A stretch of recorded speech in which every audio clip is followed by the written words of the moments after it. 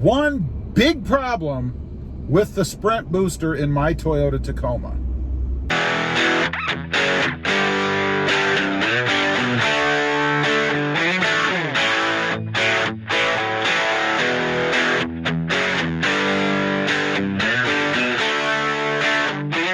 Good morning, everybody, and how are you today?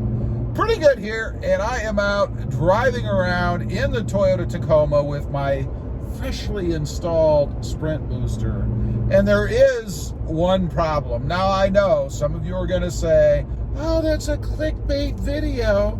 Well, it is a problem, sort of.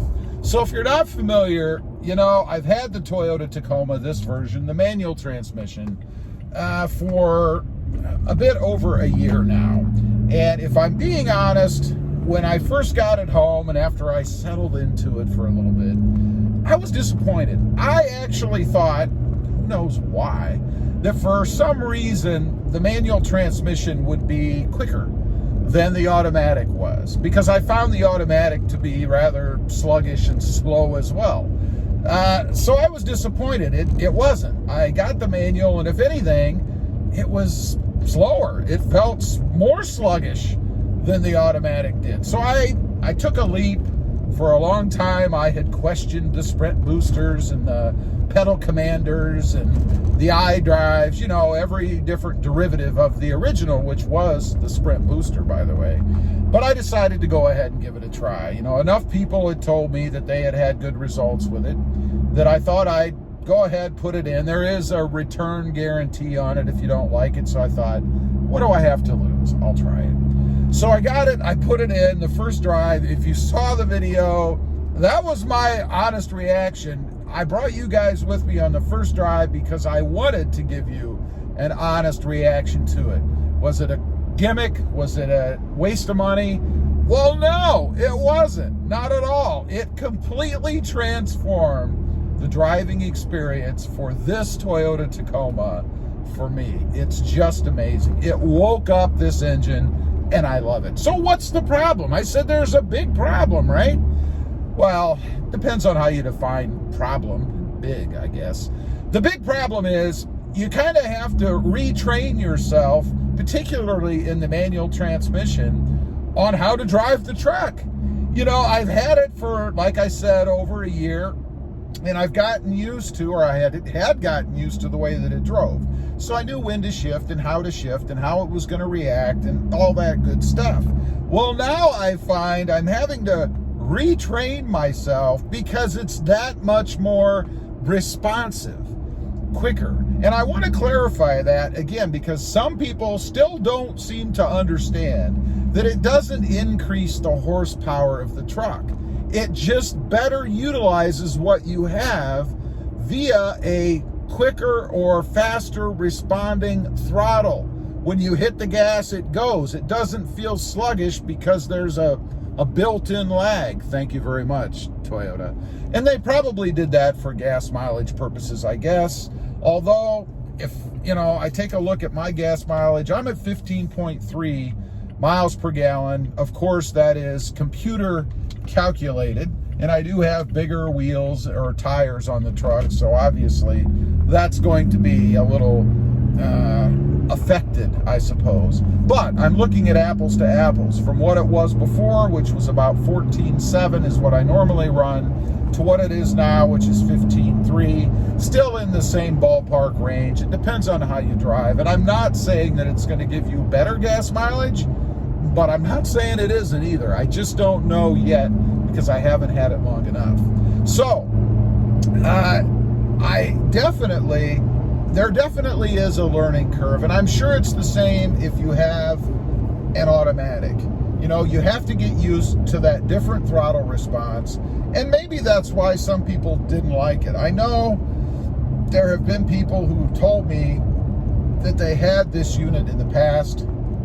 They didn't like it. They returned it. It's still amazing to me, anybody that wouldn't like it. I just can't put my mind around why anybody wouldn't like the truck to be quicker than it was before, especially this much quicker.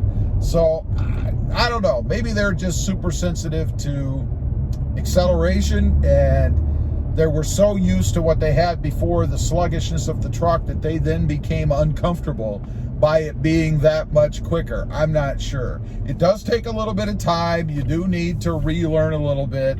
Now, I am in no way saying that that is a negative or a bad thing. I know I said a big problem in the beginning, kind of a twist on words, if you will. But no way is that a problem. If anything, I look forward to it. It's actually pleasant when I give the truck a lot of gas. And I'll give you an example. I was at a turn recently where there was a car coming. It was one of those instances where maybe there's just not quite enough space. Maybe you should have waited a little bit, but it's a judgment call. You decide to go ahead and go. So I get on it. I'm in first gear. I'm coming from a light, right, turning left. I get on it and had a little bit of wheel spin. And that's because I was still in that older mindset of having that lag and not really accommodating or ready for that instant, throttle that I'm gonna have with the sprint booster. So that was a little bit of a jolt, a wake up, I guess, but pleasurable nonetheless. It's not like they were spinning out like crazy and I was swerving through. It wasn't anything like that. Just a little bit of a wheel spin because I obviously gave it too much gas, trying to account for the lag that I no longer have. So anyway, I just wanted to get on, kind of give you guys really a bit of an update, how it is for me. It's been awesome. I love it. I highly recommend it. And I'm not saying that, you have to get the sprint booster. Get the pedal commander if you're more in tune or more comfortable with that. Get the iDrive if that's what you like. I can't say I recommend them because I don't have any experience with them. But from what I have read and heard, they provide the same kind of experience that the Sprint Booster does, which, by the way, as I mentioned earlier, the Sprint Booster was the original.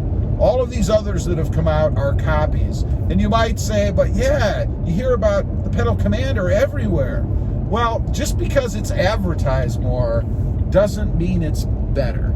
But get what you like. Anyway, leave a comment. Let me know if you are a new or an older Sprint Booster owner. What has your experience been? Are you happy with it? Or are you one of those folks who just couldn't handle the speed, the acceleration, and returned it? And nothing wrong with that. Of course, you always have to drive a vehicle that you're comfortable with driving.